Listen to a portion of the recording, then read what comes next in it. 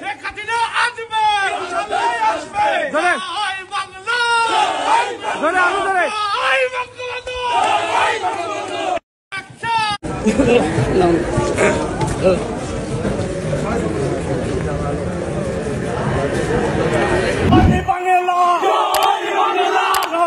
বঙ্গবন্ধু, শেখ হাসিনা আসবে, বাংলাদেশ আসবে, ক্ষমতা দখল করা হবে। এবং 7 জুলাই থেকে যে কোটা আন্দোলন, যেখানে কোনো কোটা ছিলই না, 2018 সালে কোটা আমি বন্ধ করে দিই। এরপর হাইকোর্টে একটা রায় হয়, সরকারের পক্ষ থেকে আবেদন করে সে রায়ও স্থগিত করে দেওয়া হয়। তো তারপরে এই কোটা আন্দোলন কেন?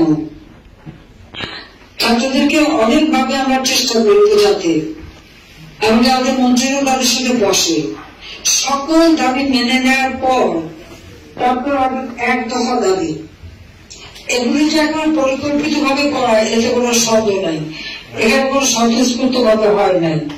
আর এই যে স্বতঃস্ফূর্ত ভাবে যে হয় নাই, এটা নিজেই স্বীকার করতেন বিল ক্লিন্টনের কাছে যে পুরো আন্দোলনটাই হচ্ছে তার পরিকল্পনার অংশ। এটাকে নিজেই করেছেন, মেটিকুলাসলি ডিজাইন করা এবং তার মাস্টার মাইন্ড দিয়ে সংগঠিত করা।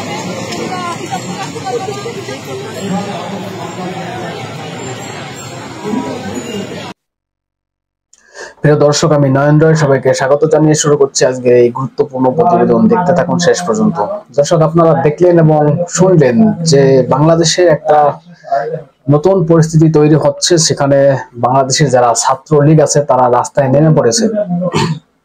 শেখ হাসিনা আসবে, বাংলাদেশ হাসবে, এরকমও স্লোগান দেখতে পাওয়া যাচ্ছে এবং শুনতে পাওয়া যাচ্ছে। দর্শক, যেটা ঘটেছে, এই যে যারা নারীরা যারা দেখতে পাচ্ছেন, যাদেরকে আপনারা দেখতে পাচ্ছেন, তারা হচ্ছে গতকালকে একটা মিছিল বের করে এরা ঢাকা বিশ্ববিদ্যালয় থেকে যারা মিছিল বের করছেন তারা বাংলাদেশের নারীরা, এবং তারা বোরকা এবং তারা হিজাব পরে মিছিল বের করেছে এবং তারা এটাই দাবি করছে যে আমাদের হিজাব পরার অধিকার দিতে হবে। আপনারা জানেন গত কয়েক মাস আগে শেখ হাসিনা সরকারের পতন হয়, সেখানে শেখ হাসিনা তো বাংলাদেশ থেকে চলে গিয়েছে, কিন্তু শেখ হাসিনা যে আবার ফিরতে চলেছে বাংলাদেশে এটা কিন্তু পরিষ্কার। কারণ শেখ হাসিনা মনে করেছে যে যতদিন পর্যন্ত ভারতবর্ষের প্রধানমন্ত্রী নরেন্দ্র মোদী আছে এবং আমেরিকার নতুন প্রেসিডেন্ট যিনি আছেন ডোনাল্ড ট্রাম্প এবং নরেন্দ্র মোদী, এই দুই ব্যক্তি যতদিন আছে শেখ হাসিনা ততদিন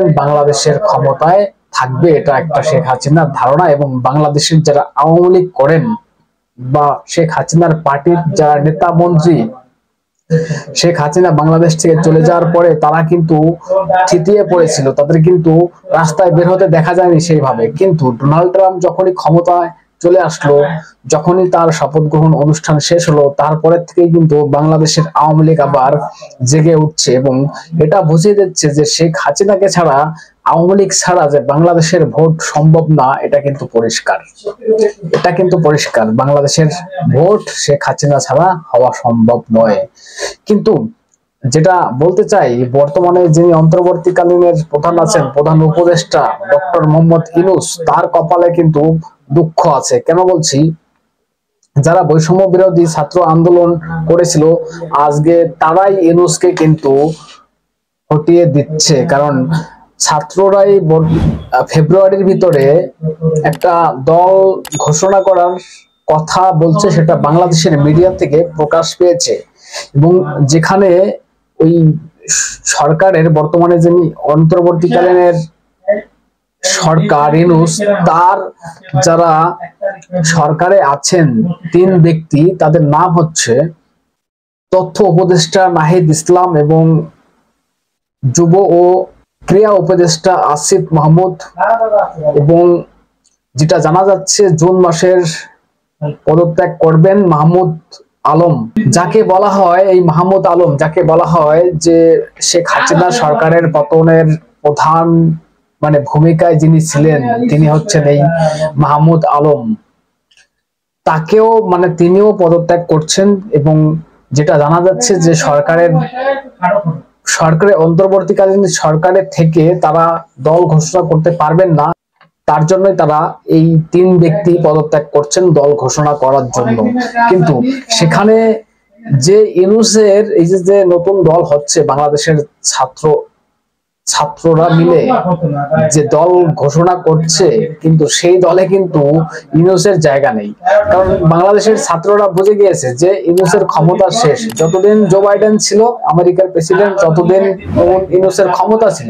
এখন আর জো বাইডেন নেই, ইউনূসের ক্ষমতা শেষ। এবং যেভাবে বাংলাদেশের টাকা পয়সাকে বন্ধ করে দেওয়া হয়েছে, আমেরিকা বন্ধ করেছে, সুইজারল্যান্ড বন্ধ করেছে, এগুলো দেখে হয়তো ছাত্ররা বুঝতে পেরেছে যে ইউনূসকে দিয়ে আর হবে না। কারণ ইউনূসও বুঝে গিয়েছে যে যার হাতে টাকা নেই, যার হাতে অর্থ নেই, যার হাতে মানি নেই, তার কোনো মূল্য নেই।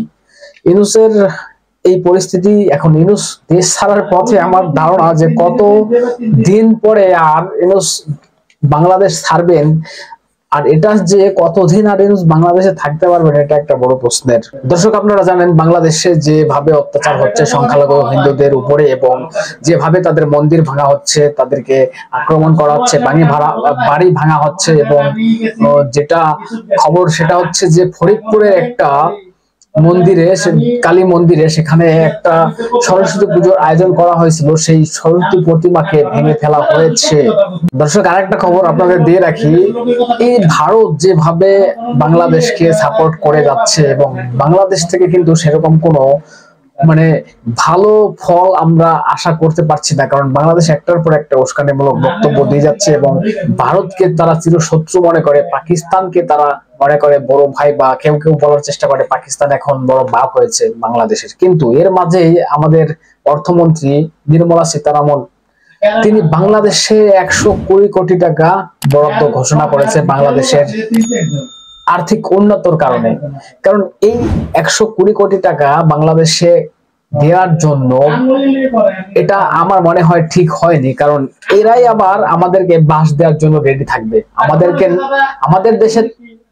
আমাদের দেশের থেকে উপকারিত হবে, উপকার পাবে ইউনূস। আমাদের দেশ থেকে চাল কিনে নিয়ে যাবে। কয়েকদিন আগে পেট্রোল নিয়েছে, কয়েকদিন আগে চাল নিয়েছে। বিজনেসম্যানরা ব্যবসা করছে, তারপরও কুলাতে পারছে না, সরকারি ভাবে ইউনূসকে নিতে হচ্ছে। সেই বাংলাদেশে আবার এরকম ভাবে উস্কানিমূলক বক্তব্য দিচ্ছে, ভারতকে শত্রু মনে করছে, পাকিস্তানকে বন্ধু মনে করছে, পাকিস্তানকে নতুন বাপ মনে করছে। আমার মনে হয় এই 120 কোটি টাকাই এই বেঈমান দেশকে দেওয়া ঠিক হলো না আমার মতে। দর্শক, কি বলেন যে বাংলাদেশের শেখ হাসিনা সম্ভবত ফিরতে চলেছে, এবং বাংলাদেশের যে নির্বাচন হবে সেটা শেখ হাসিনাকে ছাড়া এবং আওয়ামী লীগ ছাড়া যে সম্পূর্ণ হবে না, এটা কিন্তু বাংলাদেশের যারা ছাত্র লীগ আছে তারা কিন্তু বুঝিয়ে দিচ্ছে। দর্শক, কি বলবেন? আপনাদের গুরুত্বপূর্ণ মতামত জানাবেন কমেন্টস করে, এবং নজর রাখবেন আমাদের চ্যানেলটাকে সাবস্ক্রাইব করে পাশে থাকবেন। যদি কেউ ফেসবুক পেজে দেখেন, পেজটাকে ফলো করে রাখবেন। ধন্যবাদ সবাইকে।